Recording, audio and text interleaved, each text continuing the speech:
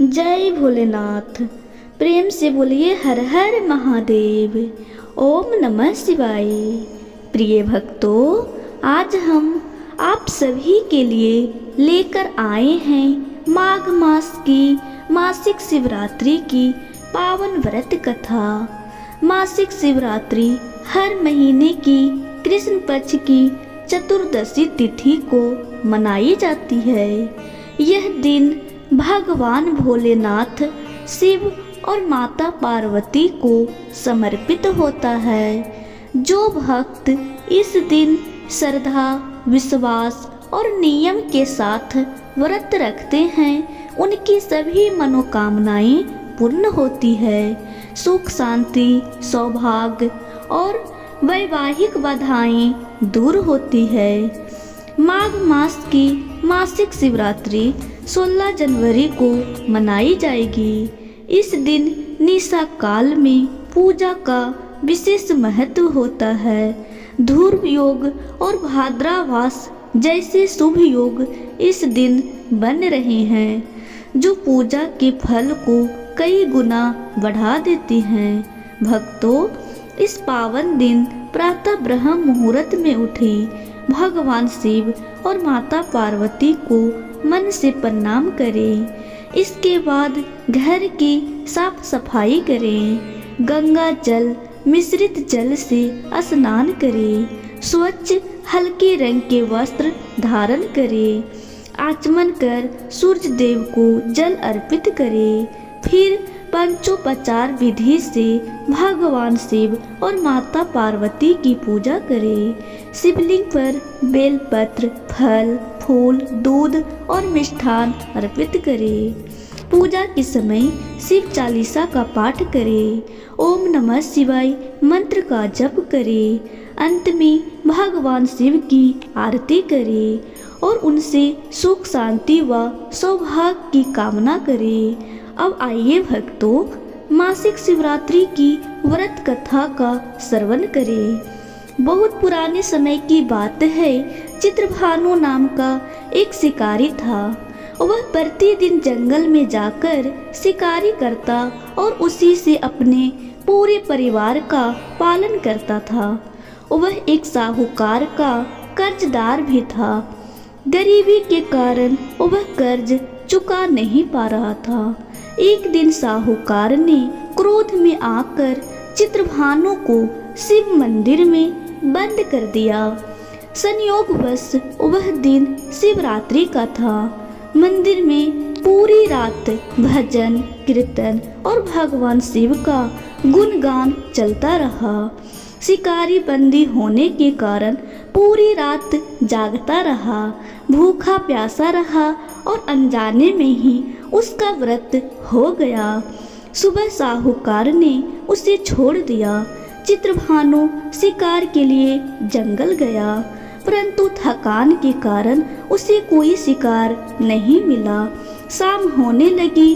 वह एक तालाब के पास पहुंचा और एक पेड़ पर बैठ गया।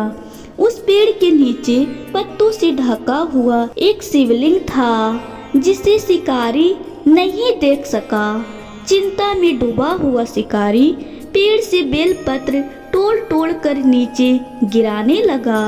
वे बेलपत्र सीधे शिवलिंग पर गिरते रहे। इस प्रकार उससे अनजाने में शिवरात्रि की पूजा संपन्न होती रही।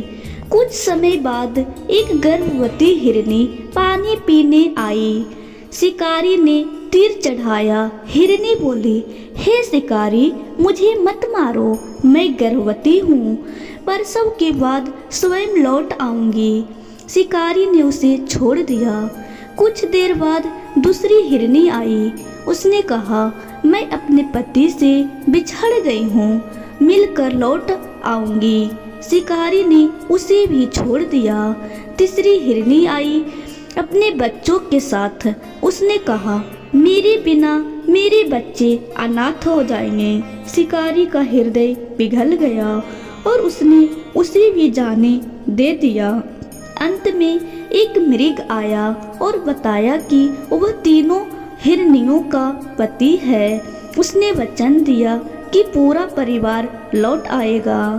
शिकारी को अब भगवान शिव की लीला समझ आ गई।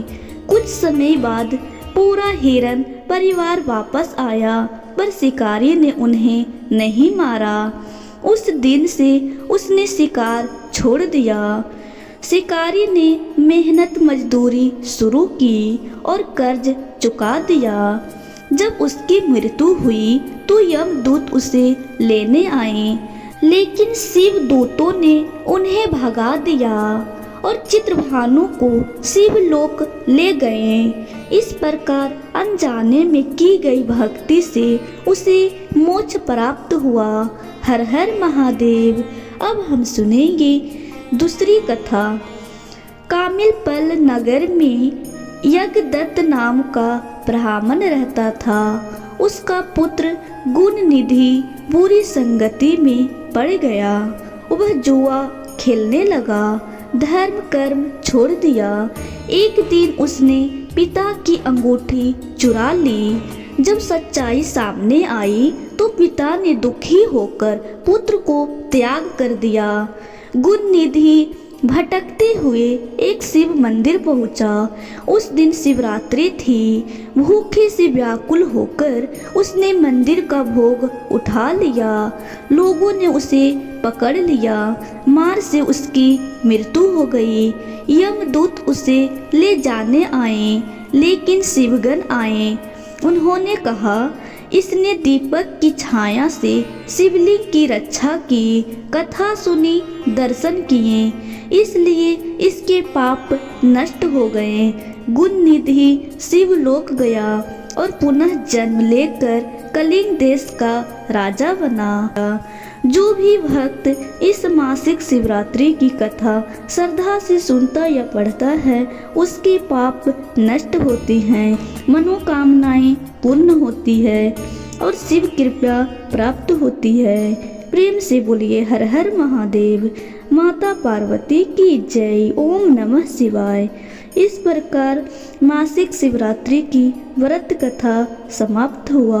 अगर आपको मेरी वीडियो अच्छी लगी हो तो प्लीज़ लाइक, सब्सक्राइब और शेयर जरूर कीजिएगा। अब हम मिलते हैं अगली वीडियो में।